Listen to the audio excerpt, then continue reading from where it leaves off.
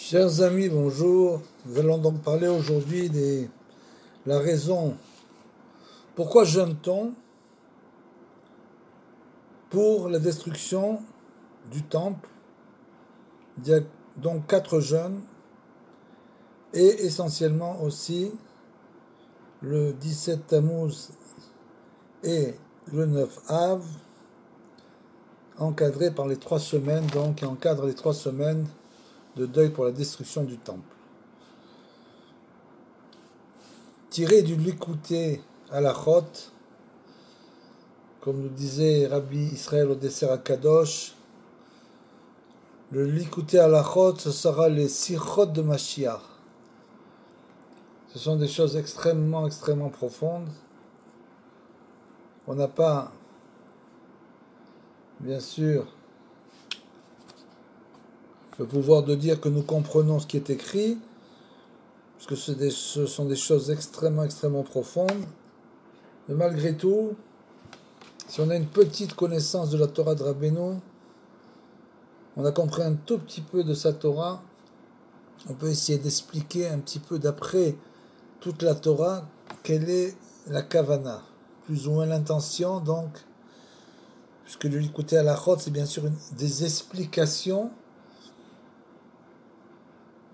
que Rabbi Nathan a reçues de Rabbeinu après sa mort, bien sûr. Donc tout ça, il a reçu en Roi Kodesh. Ce sont des explications extrêmement profondes de la Torah de Rabbeinu, du Likouté Moharan, bien sûr. Parce qu'il y a une histoire comme ça, qu'il y avait donc un Rav qui étudiait aussi avec Rabbi Nathan et aussi avec Rabbeinu du temps du vivant de Rabbeinu. Et quand il a entendu des années plus tard, après que Rabbeinu soit parti de ce monde, bien sûr, Rabbi Nathan faire une sirka sur un sujet donné, il lui a dit d'où est-ce que tu as appris tout ça? J'ai jamais entendu ça de la bouche de Rabbeinu. D'où est-ce que tu arrives à expliquer de cette manière des choses pareilles? C'est que ça lui a pris bien sûr plusieurs années.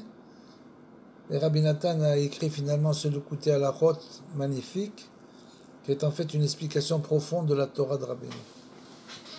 Et il nous dit là-dessus, sur les 4 jeûnes, והכלל כי הצדיק האמת הוא החן והפאר והיופי של כל העולם. Il commence par nous parler du tzaddik haemet. On n'arrive pas à voir tellement la liaison avec les jeûnes et la destruction du Beth Amikdash. Il nous dit que l'essentiel, c'est de savoir que le tzaddik haemet, le juge de vérité de la génération, c'est lui la grâce, c'est la merveille, c'est la beauté du monde entier. Bechinat Yosef, comme c'était pour Yosef. Bechinat vi Yosef, Yafé Toar ou Yafé Maré. Chose assez bizarre qui est écrite sur Yosef, c'est qu'il était de belle allure et de belle apparence. Qu'est-ce que ça va changer pour nous de savoir que Yosef était de belle apparence? Alors bien sûr, dans l'histoire de la femme de Potiphar, il est écrit là-bas, Rachi écrit que c'est justement parce qu'il s'est regardé, il s'est regardé dans un miroir en quelque sorte. Il lui dit, si tu te regardes dans un miroir, je vais t'envoyer, Hachem il dit, je vais t'envoyer un ours, la femme de Potiphar.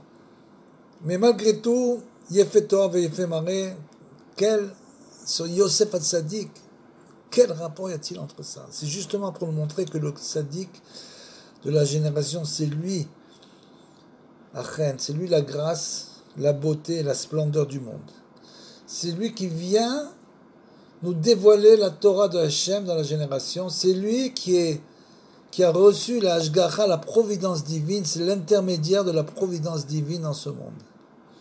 Comme ça a toujours été, c'est pas nouveau. Depuis Moshe Rabbeinu, Avraham, Israël, Yaakov, Moshe Aaron, David, Yosef, David ou Shlomo, toujours il y a eu des grands tzadikim et tous les tzadikim qui sont venus après dans les générations pour sauver le peuple juif. Sans le tzadikim, bien sûr, il n'y aurait plus de peuple juif depuis longtemps.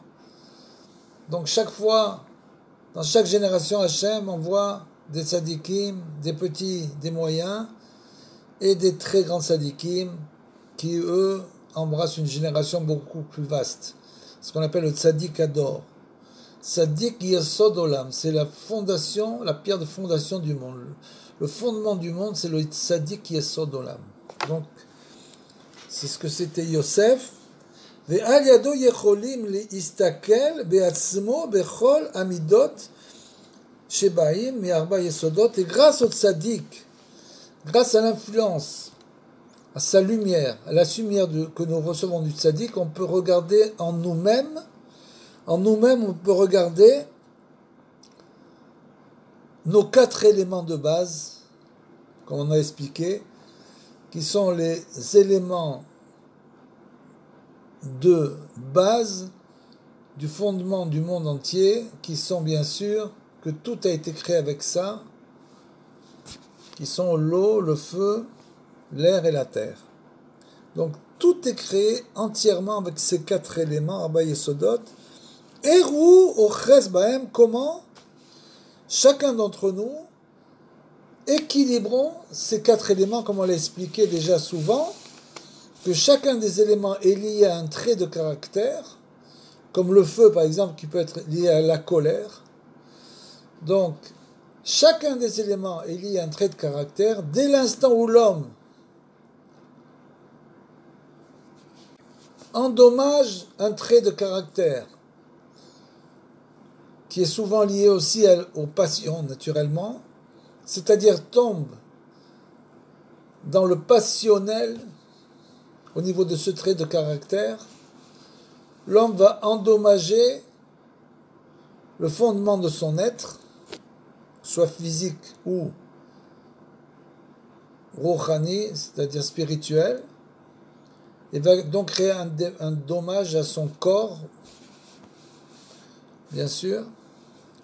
Donc tout notre travail est d'équilibrer ces 4 éléments de base qui proviennent de nos traits de caractère, bien sûr.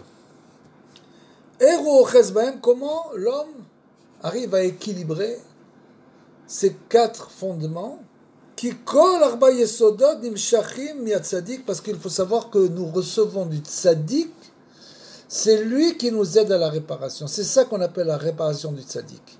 La réparation du tzaddik, c'est quand on va voir le tzaddik, il rééquilibre nos 4 éléments de base.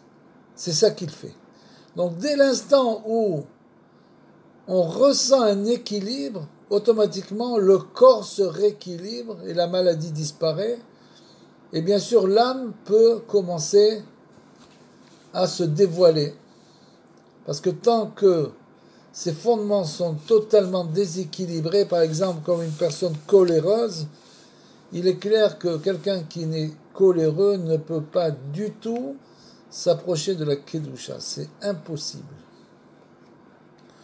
Ou une personne qui mange de manière démesurée ne peut absolument pas s'approcher de la Kedusha. Il faut qu'il y ait un équilibre entre les 4 éléments. Chez Obechinat Yesod Apashut, parce que le tzaddik, c'est le Yesod, c'est le tzaddik Yesod Olam, c'est le fondement du monde, le Yesod Apashut, simple. Bechinat tzaddik Yesod Olam, Bechinat V'na'ar Yotze mi'Eden le'ashkot. Le tzaddik, c'est le Nachal Novea, c'est le fleuve jaillissant, Mekor Chochma, source de sagesse, qui correspond au Na'a Yotze mi'Eden, à ce fleuve qui sortait de l'Éden, comme c'est écrit dans Bereshit, et qui est venu pour arroser toute la vallée, bien sûr, et ce fleuve-là se divisait justement en 4. Il est écrit là-bas que le fleuve se divisait en 4 bras, qui correspondent aux 4 éléments de base, comme on l'a dit. Veillez les Arba Rachim, il avait 4 bras, qui Shemo Meshutav. Pourquoi 4, justement? Shemo Meshutav Be Shminot, c'est parce que son nom est collé au nom divin, c'est quoi? Shehem Arba Ou Bechinat Arbotiot, c'est bien sûr le Yud Kevavke, les 4 lettres du tétragramme. Donc c'est le tzaddik qui dévoile Hachem dans ce monde. Il est venu pour nous dévoiler à la génération Hachem. Donc à partir de lui, ce fleuve qui sort de l'Éden, c'est le tzaddik, il vient se diviser en 4 parties, dévoiler le Yud Kevavke, qui correspond aux 4 éléments de base dont nous sommes formés, dont le monde entier est formé, pour rééquilibrer ces 4 éléments. Ou Misham, Nishtalshelim, Arba Yesodot, ou Betrila Em Be Arba Mochin. Et à partir de là, ces 4 éléments de base, donc, s'enchaînent progressivement et ils correspondent aussi aux 4 lumières. 4 lumières, Mochin, c'est les lumières que nous avons dans le cerveau, parce que vous savez que le cerveau est divisé en 4 parties. Donc les 4 Mochin, Bechinat Tlat Gavanim, qui correspond à quoi?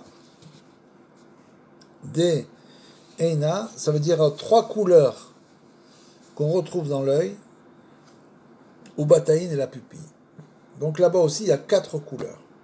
Veze Bechinat Shabbat, tout ça, ça représente le Shabbat. Il nous donne énormément d'informations en très peu de lignes. Vous voyez ce que c'est les sichot de Mashiach. Donc moi, je ne suis pas du tout là pour expliquer les sichot de Mashiach. C'est le Mashiach qui expliquera les sichot de Mashiach. Mais je suis là juste pour les lire, les traduire et essayer de comprendre un petit peu. Et donc là, on a déjà énormément d'éléments. On ne sait pas trop où ils vont en venir. On ne comprend pas trop, tellement. Donc, Bechinat Shabbat, tout ça, c'est le Shabbat. Il faut être un peu patient. Ve'alken Shabbat, chez Outlat Gavani, le Shabbat est représenté aussi par les 3 couleurs des Eina de l'œil, ou Bataïn de la pupille, Meir, les Beit Hamikdash. Ce sont les lumières qui brillent dans le Beit Hamikdash. C'était ça le Beit Hamikdash. Le Beit Hamikdash était une lumière incroyable qui éclairait le monde entier. C'était l'œil du monde. L'œil du monde, c'était le Beit Hamikdash. Toute la lumière venait de là-bas. Vekol zeu bechinat meorei or. Tout ça, ça correspond à la lumière des luminaires en quelque sorte. C'est une lumière en quelque sorte spirituelle. Une lumière spirituelle qui éclairait le monde. Donc, Shenicha Beit Hamikdash, et quand le Beit Hamikdash a été détruit, Zebechinat Itzaklut Meoreor, cette lumière spirituelle qui éclairait le monde, bien sûr, a disparu. Et comment a été détruit le Beit Hamikdash? Bien sûr, le Beit Hamikdash a été détruit par le feu. Itzaklut Meoreor, Ve'az Nisgabrim Chaz Veshalom Meoreesh, et cette lumière était remplacée par la lumière du feu qui brûle, bien sûr, Bechinat, Mimarom Shalaresh, comme c'est écrit, du ciel, j'ai envoyé le feu, Veze Bechinat, Vayetzat Esh Betzion, Vetochal Yesodotea, comme il est écrit que le ciel est sorti du feu, il a brûlé Tzion, il a dévoré, détruit ses fondements. Qui a lié Chorban Bet Hamikdash, parce que du fait du Chorban, de la destruction du temple, Bechinat Islaklut Meoreor, que cette lumière spirituelle a disparu du monde, Nidgabro Bechinat Meoreesh, bien sûr, a été remplacée par la lumière du feu, Ve'al Yedeze Nivgamim Kol Arba Yesodot, et bien sûr à cause de ça, les 4 éléments fondamentaux du monde ont été déséquilibrés. Qui Atikun Kol Arba Yesodot, et la réparation de ces 4 éléments de base, Shem Klal Amidot, qui correspond, comme on l'a dit, aux traits de caractère qui leur sont liés, Em Aliede Bechinat Meoreor. On doit revenir à cette lumière spirituelle. On doit rechercher cette lumière spirituelle. C'est uniquement cette lumière-là qui va réparer le monde. C'est la lumière du Beit Hamikdash. C'est cette lumière-là qui répare le monde. Et cette lumière-là du Beth Amikdash, n'étant plus existante, puisque nous n'avons plus de temple, maintenant c'est le tzaddik, c'est lui qui détient la lumière. La lumière du Beth Amikdash, elle est chez le tzaddik. C'est le tzaddik, c'est lui le Beth Amikdash de la génération. C'est par lui que passe cette or aganouz, cette lumière cachée. Cet or aganouz passe par le tzaddik, donc tout celui qui va chez le tzaddik reçoit la lumière du Beth Amikdash. Il reçoit Me'oreor, tout celui qui va à Ouman reçoit la lumière du Beth Amikdash, et ainsi ces 4 éléments de base sont rééquilibrés grâce à cette lumière intense qui se trouve chez le tzaddik. Parce qu'Hachem ne peut pas nous laisser sans lumière, c'est impossible. Le peuple juif n'aurait jamais pu survivre si cette lumière n'était pas restée dans le monde. Et elle est restée où? Chez le tzaddik de la génération. Comme c'est écrit pour Rabbi Shimon Bar Yochai, là-bas c'est écrit Or Aganouz. De la même manière, Rabbeinu, c'est Or Aganouz, c'est la lumière du Beth Amikdash que l'on reçoit. Donc c'est pour ça qu'au début il a parlé du tzaddik pour nous faire comprendre que cette lumière c'est la lumière du Beth Amikdash, qu'on va l'expliquer grâce à un pasouk. Il y a même un pasouk qui explique cela. Shenim shachim at-tzaddik bechinat Shabbat. Le tzaddik donc correspond au Shabbat. Shehem ayu meirim bebet Amikdash, que justement le Shabbat qui brillait là-bas dans le Beth Amikdash.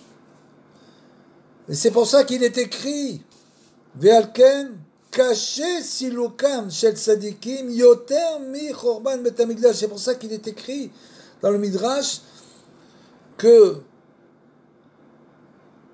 il est plus difficile pour nous d'accepter la mort des tzadikim, plus difficile que le chorban, que la destruction du temple. Il est plus difficile pour nous de supporter la mort des tzadikim que la destruction du temple, puisque les tzadikim, c'est eux qui attirent la lumière du Beth Amikdash, c'est eux-mêmes le Beth Amikdash. Cette lumière, ils l'attirent sur nous, et quand ils partent de ce monde, nous perdons cette lumière. La seule différence avec Rabbeinu, c'est que non seulement nous ne la perdons pas, mais en plus elle est devenue plus grande. Donc, quand nous allons chez Rabbeinu, nous recevons plus de lumière encore que de son vivant. Parce qu'il a dit, mon feu brûlera jusqu'au Mashiach. Ça veut dire que ma lumière brûlera jusqu'au Mashiach. Tout celui qui vient me voir va recevoir la lumière du Beth Amikdash, qui hikar bechinat me'oreor nimshachim atzadik, car l'essentiel de cette lumière étincelante, cette lumière spirituelle du Beth Amikdash, cette or aganou, cette lumière cachée, où elle est cachée? Elle est cachée chez les tzadikim. C'est écrit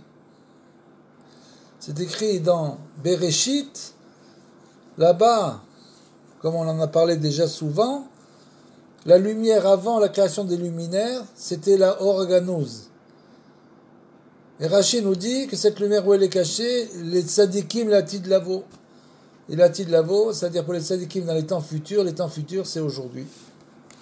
C'est Rabbeinu. Les temps futurs, ve'alken caché, silokam tzadikim yoter mi'chorban Beth Amikdash, ki ikar bechinat me'oreor, nimshachim atzadik, du tzadik, c'est de là-bas que se trouve la lumière, chez bechinat Shabbat, chez Meir le Beth Amikdash, ve'alken kol mi sheyesh bo dea. Et donc, tout celui qui a essayé, tant soit peu, d'affiner sa compréhension, d'étudier la Torah, la Sainte Torah, où se trouve aussi la lumière cachée. Dans les lettres de la Torah se trouve aussi cette lumière. Donc tout celui qui a des connaissances en Torah, Keilo Nivne Bet Hamikdash, il est écrit là-bas, c'est comme si il construisait le Bet Hamikdash, Beyamav, comme s'il était construit pendant sa vie. Qui Kesheyesh Bodea, parce que quand un homme a des connaissances, Shem Amochin, chez Zéo Bechinat Tzadik, qui correspondent aux lumières du cerveau, que nous recevons naturellement du tzaddik, c'est Bechinat Tzadik aussi, chez Bador, donc tzaddik de la génération, c'est grâce à lui que nous recevons les lumières. Alors, vous allez me poser une question, vous allez me dire, mais alors ceux qui ne sont pas avec Rabbeinu, mais il écrit ça dans sa vie, Rabbeinu, ceux qui ne sont pas avec Rabbeinu, ils reçoivent aussi de Rabbeinu, mais sans le savoir.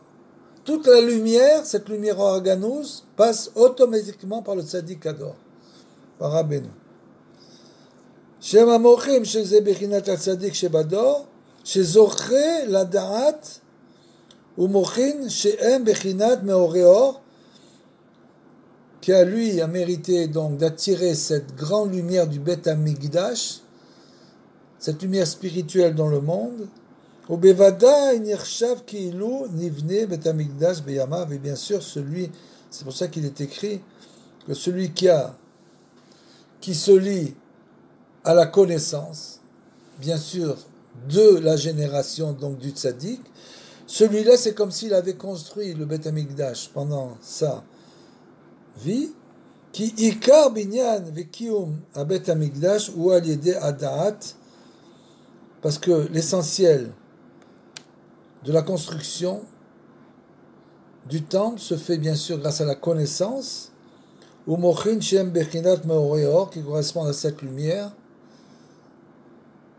chez Meirim, le Bet Hamikdash qui brillait, cette lumière spirituelle extraordinaire qui a éclairé le monde.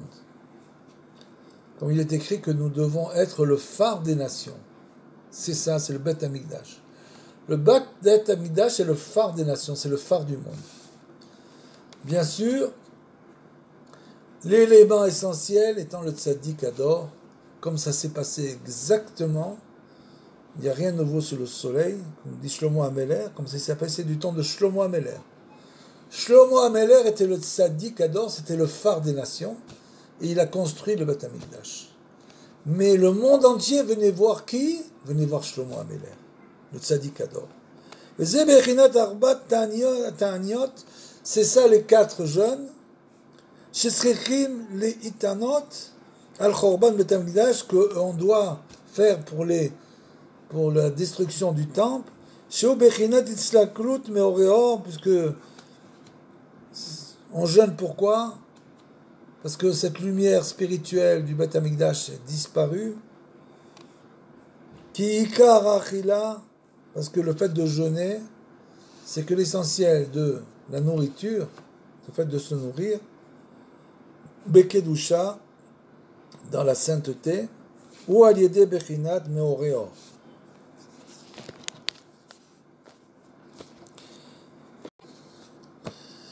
Une chose assez incroyable, que la achila bekedusha, que le fait de manger dans la sainteté, vous voyez à quel point c'est important, comme dit Rabbeinu, les ta'avot, les passions de l'homme dont la nourriture est une des ta'avot de ce monde. Il nous dit pourquoi, parce que l'écart achila bekedusha, parce que le fait de manger de la sainteté, ou aliédé bechinat meoreor, ça vient de cette lumière spirituelle. Donc tout celui qui mange avec kedusha, ça provient effectivement, il tire cela de la lumière spirituelle du Bet Hamikdash. Shenim Shachim, Miat Tzadik, tout ça, ça vient, on l'a dit, du Tzadik, cette lumière qui vient du Tzadik aujourd'hui, Aemet. Chez Aliado, Nitnatkim ou Nitbarerim, Kol Arba Yesodot, qui grâce à lui, grâce au Tzadik, comme on l'a dit, on arrive à réparer, à rééquilibrer nos 4 éléments de base. Kikol mine ma'achal em kululim be'arba yesod. Pourquoi? Tout simplement parce que la nourriture est aussi faite elle-même de ces 4 éléments de base. Kiyadoua. Ve'alken em chiyut aguf. Donc cette nourriture qui nous donne la vie, parce que quelqu'un qui arrête de manger ne vit plus, naturellement. comme c'est décrit dans le Mishnah Brura, pose une question, il dit quelle est la chose qui lie l'âme au corps? Et là-bas, il répond tout simplement c'est la nourriture. Parce que si l'homme arrête de manger, il meurt. Donc c'est cette nourriture qui est faite des 4 éléments de base. Elle aussi provient de ces 4 éléments. Et donc c'est elle qui donne la vie au corps. Chez Kaloul Gamken Barba Yesod, qui lui aussi est fait de ces 4 yesodot, de ces 4 éléments. Donc tout le monde entier n'est créé, n'est existant que par ces 4 éléments. Ve'alken chez Merim Meoreor Al Yedea Tzadik, donc dès l'instant où une personne mange de la sainteté. Et pourquoi elle mange la sainteté? Tout simplement parce qu'elle a suivi les enseignements du tzaddik, parce qu'elle est liée au tzaddik, et elle a compris que même le fait de manger est une chose importante, comme l'explique Rabbeinu dans le Likutei Moharan à plusieurs endroits. Il parle beaucoup de la gloutonnerie, il parle aussi des gens qui mangent beaucoup de friandises, de choses sucrées. Donc tout ça, il en parle beaucoup. Et il nous dit que donc, dès l'instant où on se lie au tzaddik, on a moins de ta'avot, on a moins de passion de vouloir manger outre mesure, parce qu'on est lié au tzaddik, on reçoit la lumière, cette Torah Ganouz, cette lumière donc provenant du Bet Hamikdash, Meoreor, Valiédia Tzadik, Shehu Bechinat Binyan Bet Hamikdash, que lui il représente la construction du Bet Hamikdash. Chez Aliédézé, Nitatken Kol, Arba Yesodot, grâce à ça, on arrive à réparer, grâce au fait de se lier au tzaddik, bien sûr, de se lier à cette lumière, on arrive à réparer progressivement nos 4 éléments de base. Ve'alken, az achilat bekidusha, et alors, d'un coup, au lieu de manger de manière désordonnée, on mange avec sainteté, avec retenue. Ce qui n'est pas une chose facile du tout de savoir quand s'arrêter de manger. C'est une chose extrêmement difficile, alors que les animaux ont l'instinct, quand ils ont plus faim, ils arrêtent automatiquement de manger. Vous verrez jamais un lion gros. Ça n'existe pas. Tous les animaux sont exactement comme ils doivent être. Le seul animal qui peut malheureusement dépasser les limites, c'est essentiellement le chien, parce que le chien, c'est, bien sûr, il appartient en quelque sorte à l'ami de l'homme. Donc l'homme, étant donné que lui, il est Mekulka, il est détraqué au niveau de la nourriture, il va détraquer aussi son animal au niveau de la nourriture, en lui donnant des sucreries, des choses comme ça. Donc il se peut qu'un chien soit gros. Mais à part le chien, aucun animal n'est gros. Pourquoi? Parce que ils ont un instinct, ils savent exactement où s'arrêter. Étant donné que nous avons le libre arbitre, nous n'avons pas d'instinct. Notre instinct, c'est le libre arbitre, c'est de comprendre, toujours de comprendre comment on doit manger et quand doit-on s'arrêter et quoi manger aussi, bien sûr. C'est une chose très importante de manger bari, de manger sain, d'essayer de manger sain, de ne pas manger des choses qui abîment le corps. C'est une forme de teshuva. C'est teshuva corporelle, en quelque sorte. C'est la teshuva de dire je m'occupe de mon corps, je ne me laisse pas aller à manger n'importe quoi, n'importe quand. Bebechinat tzadik ochel la sova, comme il est écrit que le tzadik ne mange que pour rassasier son âme et pas son corps. Tzadik ochel le sova nafsho, pour son nefesh, pour son âme. Il ne mange pas pour rassasier son corps, c'est-à-dire qu'il mange juste ce qu'il a besoin pour vivre. C'est ça les tzadikim, mais je ne parle pas des tzadikim comme Rabbeinu, bien sûr, ça, on est très très loin de ça. Eux, ils jeûnaient carrément du Shabbat au Shabbat, sans arrêt, toute leur vie. Donc c'est pas du tout notre niveau, mais nous, il faut à notre très petit niveau. Si on arrive simplement à manger ce dont on a besoin, c'est déjà un très très grand niveau pour nous. Ki kisharba yesodot nitlatnim ou nimbarerim al yedei atzadik, comme on l'a dit, dès l'instant où l'homme fait des vérifications et se rend compte qu'il doit passer donc par s'unir au tzaddik pour réparer ces 4 éléments de base, az em nechelalim et kedusha, à ce moment-là, ces 4 yesodot sont inclus dans la sainteté. Be Shorsham, Betor Yesod Apashut, dans leur racine, qui est bien sûr le tzaddik de la génération. Veaz Kol Arba Yesodot Nichlalim Bebechinat Meoreor, et alors les 4 Yesodot de l'homme, les 4 éléments, sont inclus dans cette lumière-là, chez ou Bechinat Mochin, qui correspondent aux lumières du cerveau, comme on l'a dit, à la connaissance, Bechinat Or Tzadik, qui est bien sûr la lumière du tzaddik de la génération. Veaz Achila Bekedusha, et alors l'homme peut commencer à manger, à commencer à réfréner ses passions, réfréner son appétit, Bishvil un nefesh, et il mange pour le nefesh et plus pour le gouffre. Chose extrêmement difficile. Et on ne parle pas des gens qui font des régimes, ce qui s'appelle faire un régime. Ça n'a rien à voir avec le nefesh, un régime. C'est une personne qui décide, qui voit que finalement, elle a beaucoup grossi, elle ne se sent pas bien, etc. Donc elle veut commencer à faire un régime. Elle fait un régime. Et très souvent, après quelque temps, le régime s'arrête et ça redevient comme avant. Pourquoi ? Parce que la réparation doit se faire au niveau du nefesh, de la compréhension. Ce n'est pas uniquement au niveau du corps, du gouffre.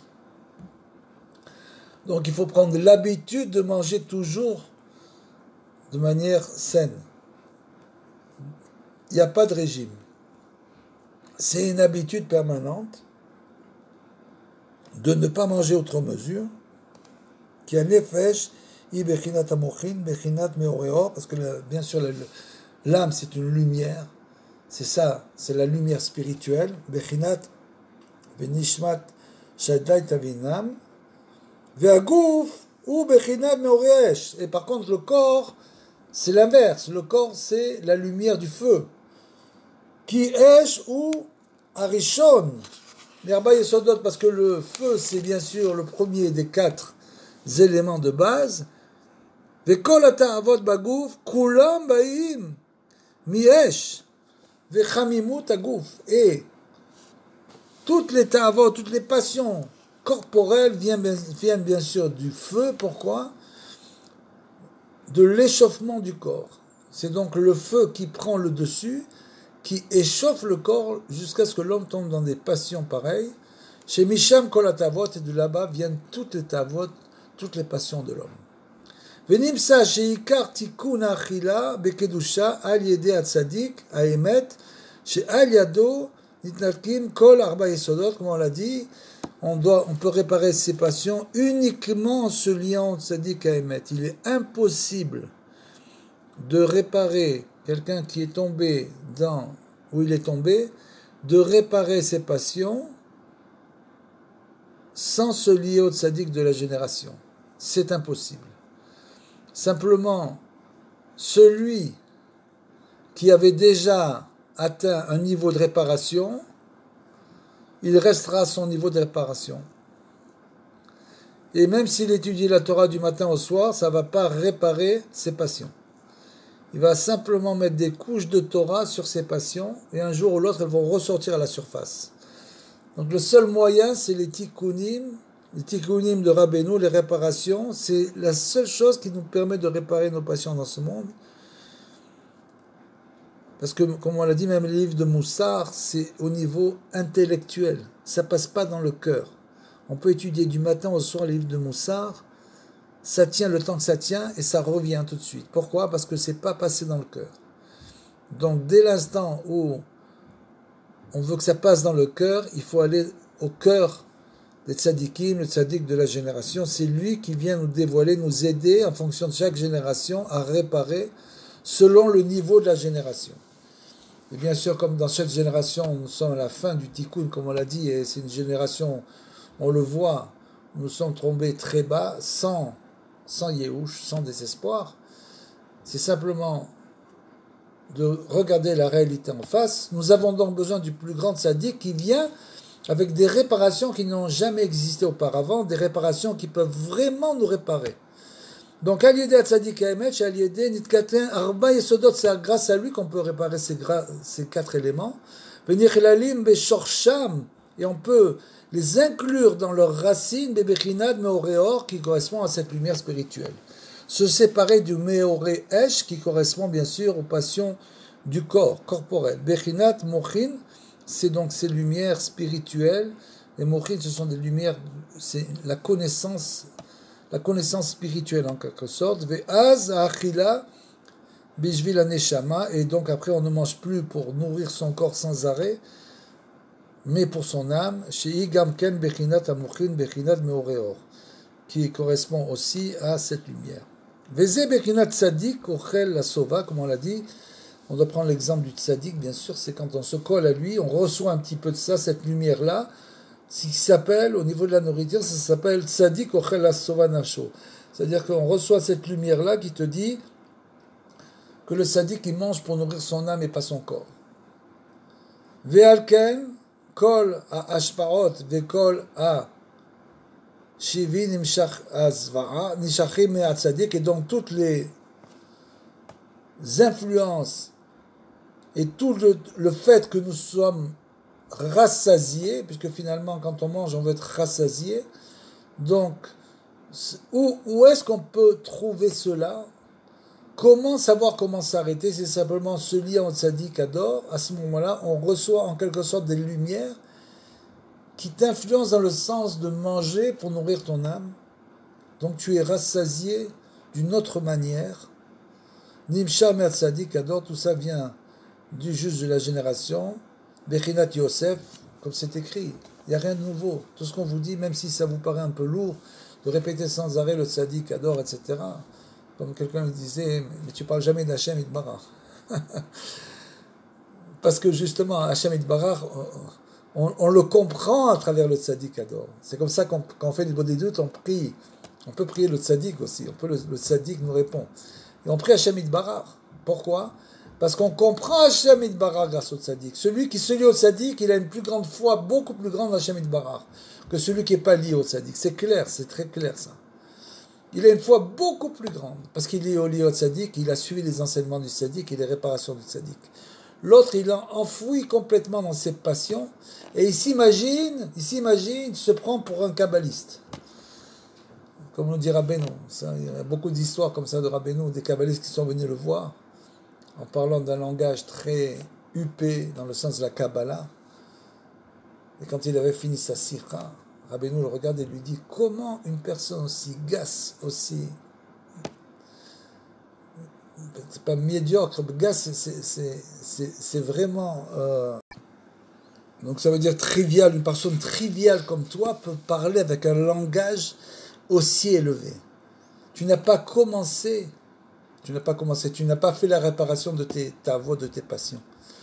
Donc c'est ça l'histoire, c'est de parler de choses simples, dans un langage simple, et c'est uniquement celui en tzaddik qu'on peut arriver à comprendre cela.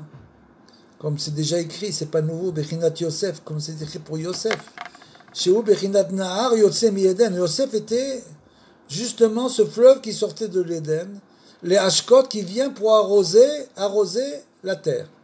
Ça veut dire quoi arroser la terre? Qui colle à Drachim, Kulam Nimshachim Erba Yesodot, comme on l'a dit, parce que tout provient de ces quatre, donc le fleuve se divise en quatre parties, parce que tous les chemins proviennent de ces quatre éléments. Chez Kulam Nimshachim Tzaddik, qui tous viennent du Tzaddik, comme c'est écrit pour Yosef, chez Ubechinat Nahar Yotse mi Eden, qui représente donc ce fleuve sortant de l'Éden, les Ashkot et Agan qui venaient pour arroser le jardin d'Éden, Kenaal, qui a Tzadik Mashke ou Marve et Haaretz al yede ze shal yede ze nimshachim kol ashpaot, parce que lui il vient influencer le monde, c'est lui qui arrose le monde en quelque sorte de sa sagesse. Donc c'est ça le fleuve, il faut toujours qu'il y ait un fleuve, il faut qu'il y ait un fleuve. C'est-à-dire que de Hachem Yitbarach, ça doit descendre dans le monde. Si la lumière de Hachem descendait directement dans ce monde, le monde serait brûlé instantanément. Comme c'est un monde matériel, donc le tzaddik, c'est lui qui fait descendre la lumière. C'est le Nahar qui sort de l'Éden. Et c'est la Hashpaot qui colle à Geshem vers Matar, Yordim, al yedei tzaddik, parce que toute la pluie et la rosée qui viennent dans ce monde proviennent du tzaddik. C'est ça que le tzaddik, que ce Nahar, il vient, l'Ashkot, il vient arroser le monde. Que Moshe Katouf qui colle à Amtir Hashem al Haaretz à Adam En. Comme il est écrit, Kilo, Akadosh Baruch Hu, il n'avait pas encore fait tomber dans les jours de la création la pluie sur le monde. Pourquoi? Parce qu'il n'y avait pas d'homme. Tant qu'il n'y a pas d'homme, tant qu'il n'y a pas de tzaddik, on ne peut pas recevoir cette pluie. Chez où tzaddik? Adam, c'était le tzaddik, bien sûr. Chez Aliado, Nimshar Kol, Amatar, les Ashkot, et Kol Penadama, parce que c'est grâce à lui qu'on a reçu la pluie, justement, pour faire pousser les plantes. Kiou Bechinat Nahar Yotse Mi Eden, c'est ça, le fleuve qui sort de l'Éden. Les Ashkot, qui va arroser. Ou Misham Yafrid, de là, il se divise en 4 bras.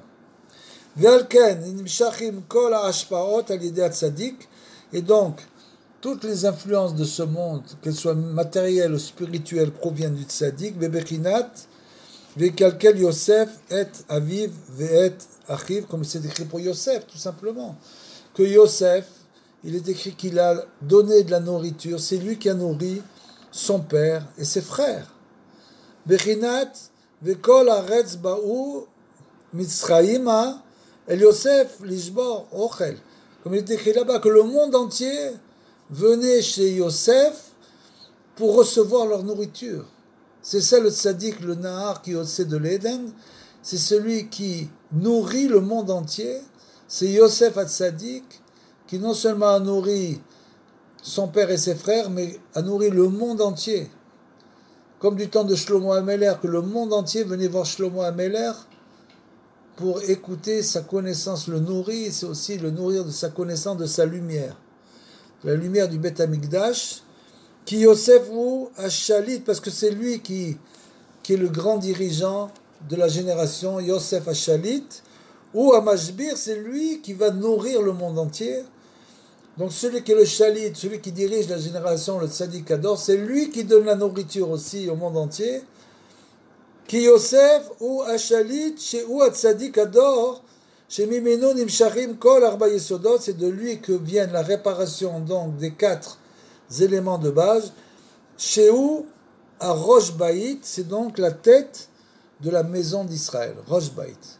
Et Rosh Baït, c'est l'anagramme bien sûr de Bereshit. Comme c'est écrit dans le Zohar, Bereshit, c'est aussi Rosh Baït, c'est-à-dire que Bereshit, c'est le Tzadik. C'est le Rosh Baït.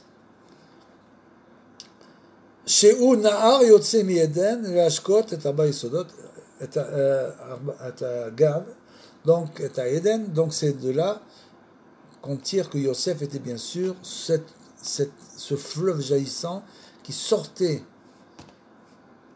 de l'Éden et qui venait arroser le monde.